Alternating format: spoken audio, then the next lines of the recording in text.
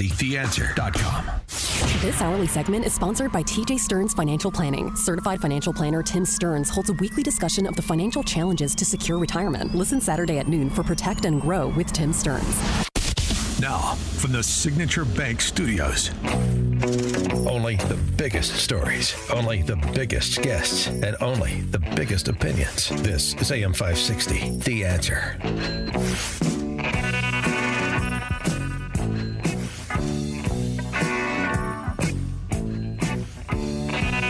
Top of the morning, Dan and Amy. Trump was on with Laura Ingraham last night, and they got into a back and forth about Canada. It went a little like this. Any one of You're our tougher with Canada than you are with some of our biggest adversaries. Only because it's meant to be our 51st state. And okay, but but listen to this for a second. We need their territory. They have territorial advantage. We're not going to let them get close to China. Look, right? I deal with every country, indirectly or directly. One of the nastiest countries to deal with is Canada. The people that, now this was Trudeau, the people that good old Justin, I call him Governor Trudeau, his people were nasty, and they weren't telling the truth. They never told the truth. You know that. The Liberal Party is going to win now in the next election, most likely. And they were down and out. Isn't that going to make them more hostile to us and possibly I'd rather deal with a liberal than a for China, closer to Canada, and that would really put us in a bind. The conservative that's running is stupidly no friend of mine. I don't know him, but he said negative things. So when he says negative things, I couldn't care less. I think it's easier to deal, actually, with a liberal.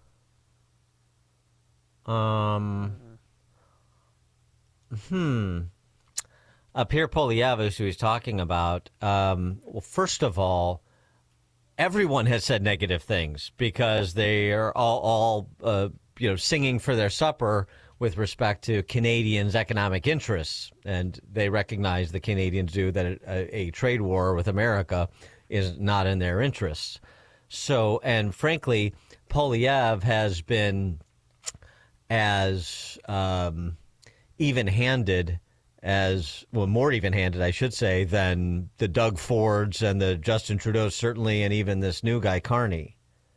Why would you want a leftist from Trudeau's party to be the next PM rather than a conservative like Poilievre? I don't understand. Maybe Steve Moore can help us. Steve Moore, economist, author of The Trump Economic Miracle and the Plan to Unleash Prosperity Again, co-authored with Art Laffer. Steve, why? Hey, guys. Good morning. And I don't know why Trump is so tough on our 51st state. Yeah, right. Listen, I think, I love Trump, but I think he's off on the wrong track here.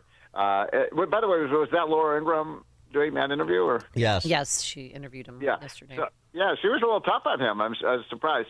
I think that I'm with Laura on this one. I don't quite understand why we're picking a fight with Canada. They are our closest ally. They are our closest friend, and we need to have Canada and Mexico and the United States wholly aligned. And Laura Ingraham is right. You know, the enemy here is China. They are our adversary. They're the ones that lie and cheat and steal and are a military threat to the whole world. So I guess I'm a little confused by it. Maybe Trump has some master plan that I don't quite understand. But Canada is not a foe of the United States. But they shouldn't be charging us 100% tariffs on our dairy products and our agriculture products. Agreed, but I guess the question is, I mean, maybe he believes that Poilievre is like Malay or something. He's an Austrian free marketeer, and he's not down for any back and forth on tariffs, and Trump wants to keep some tariffs on Canadian goods or something. I'm trying to come up with something because you're dealing with protectionists who put these tariffs on American products. I'm talking about the left and, frankly, some on the right up there. And so then you're saying, but I rather deal with them but I'm complaining about their policies than Pierre Poilievre, who's otherwise aligned, or certainly more closely aligned, and that, I could advance the cause of common sense conservatism north of the border just as I'm advancing it in the United States. It just doesn't make any sense. Well, it doesn't make a lot of sense to me either, Dan. And I would say that, one thing I discovered is with Trump, all politics is personal. And there's been some falling out between these two. Yes. But look, I agree with you that the last thing that we want is for Canada to elect a leftist socialist president. Right. And what he's done is, and I have friends in Canada. We all do, and what they're saying is that Trump has sort of stoked their nationalistic instincts, and they feel insulted by Trump and some of the things that he's been saying, and so that's one thing. Siding with saying I'd rather have somebody from a party that debanked Freedom Convoy truckers. I mean, what are you talking about? So, I won't belabor the point. Maybe Poilievre is distancing himself from Trump because he's trying to win the election. I mean, who knows? Because we had Jerry Agar on, and he said that people call into his show and say that they are fearful that Trump is going to take over Canada, that he's going to make Canada the 51st state, even though he's just trolling them, I think. Yeah, but that makes no sense. That still doesn't make any sense. Because Poilievre, as I just said, is as even-handed as any politician up there. Yeah. Obviously he's promoting Canada's interests, but he's as even-handed with Trump as any politician up there. And meanwhile, Carney and Trudeau and that party is just the opposite. So do you want to deal with somebody who is more closely aligned and you could hopefully reach deals with more quickly, and you should be engaging with more quickly, help him get across the finish line, and then cut deals that reduce trade barriers on both sides, because I thought that was the point, more quickly. Yeah. I mean, the only thing look, Dan, I'm not disagreeing with you. I think you're exactly right. The only thing I would say is that Trump's aim has been to get Canada to look, we have a free trade agreement with Canada. It was signed into law by Trump in 2018. So why is it that Canada still has these very high tariffs on many of our goods? I don't really get that. And how hard would it be for Canada to just lower those tariffs? And we have free trade between the two countries, and we put this tip behind us. I mean, again, the Europeans are bigger abusers than Canada is, and so is China. So I don't understand. Again, I'm a little confused by this, but it seems like it might be personal with Trump, and just doesn't like these guys. He doesn't like to be insulted. That's for sure. Yeah, but he's being insulted by everybody. But okay, I know. Okay. You and I agree.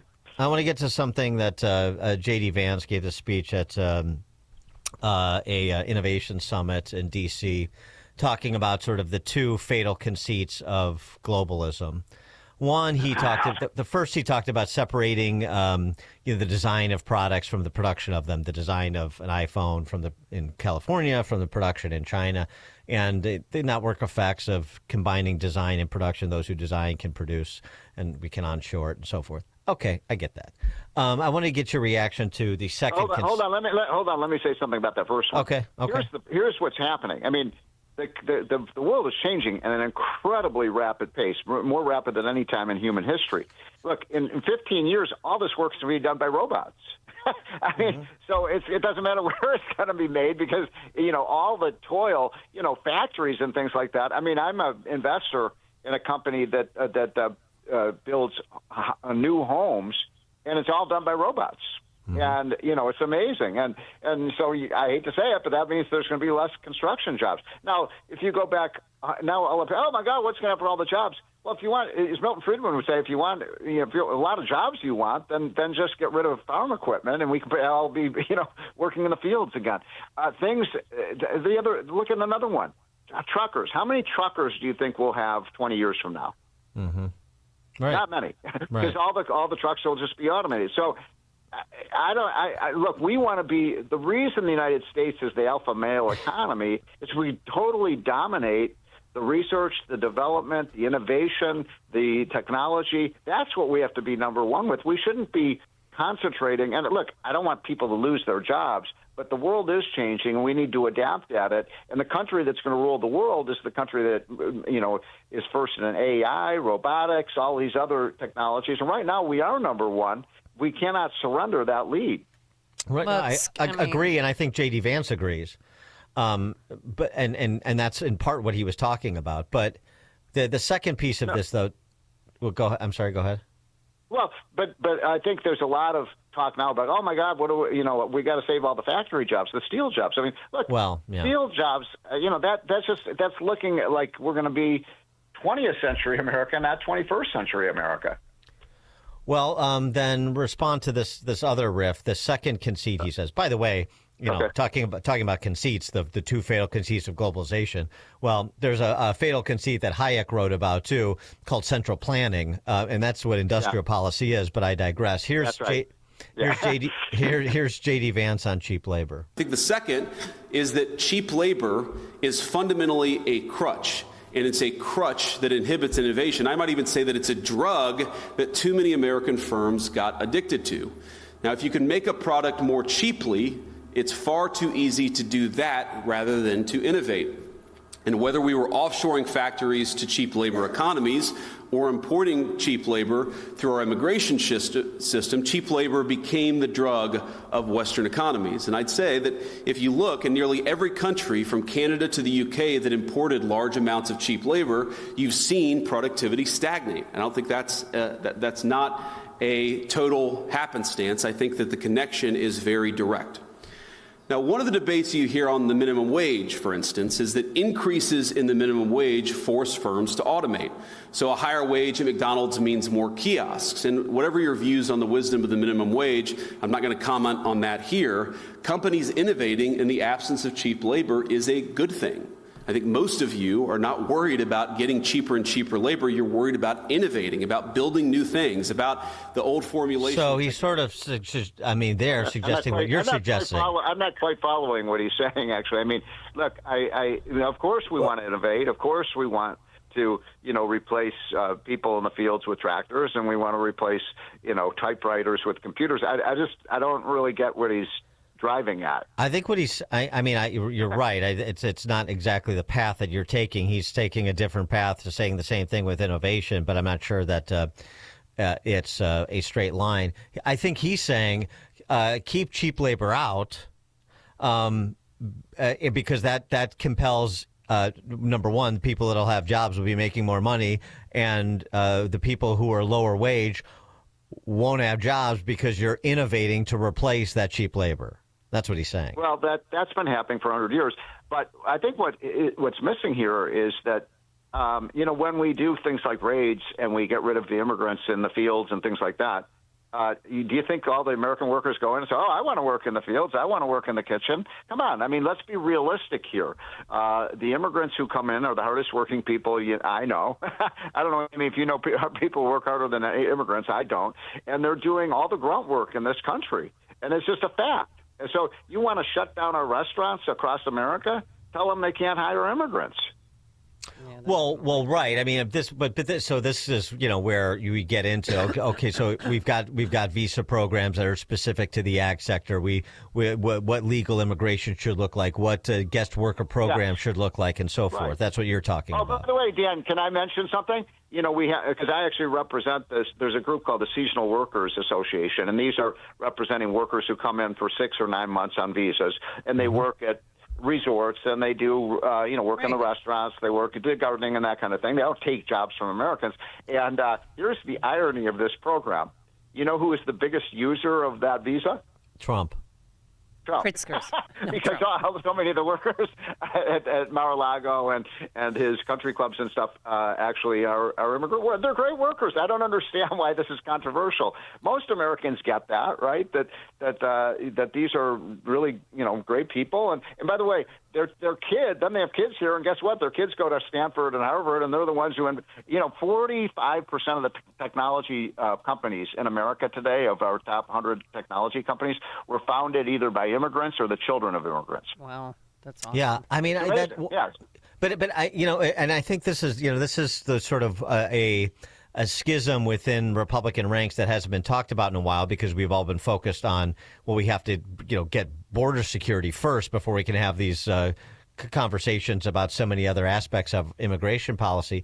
But there was like Tom Cotton. Tom Cotton introduced legislation a couple years back. I think it was with Purdue from Georgia, that artificially cap legal immigration at 500,000 a year, something like that.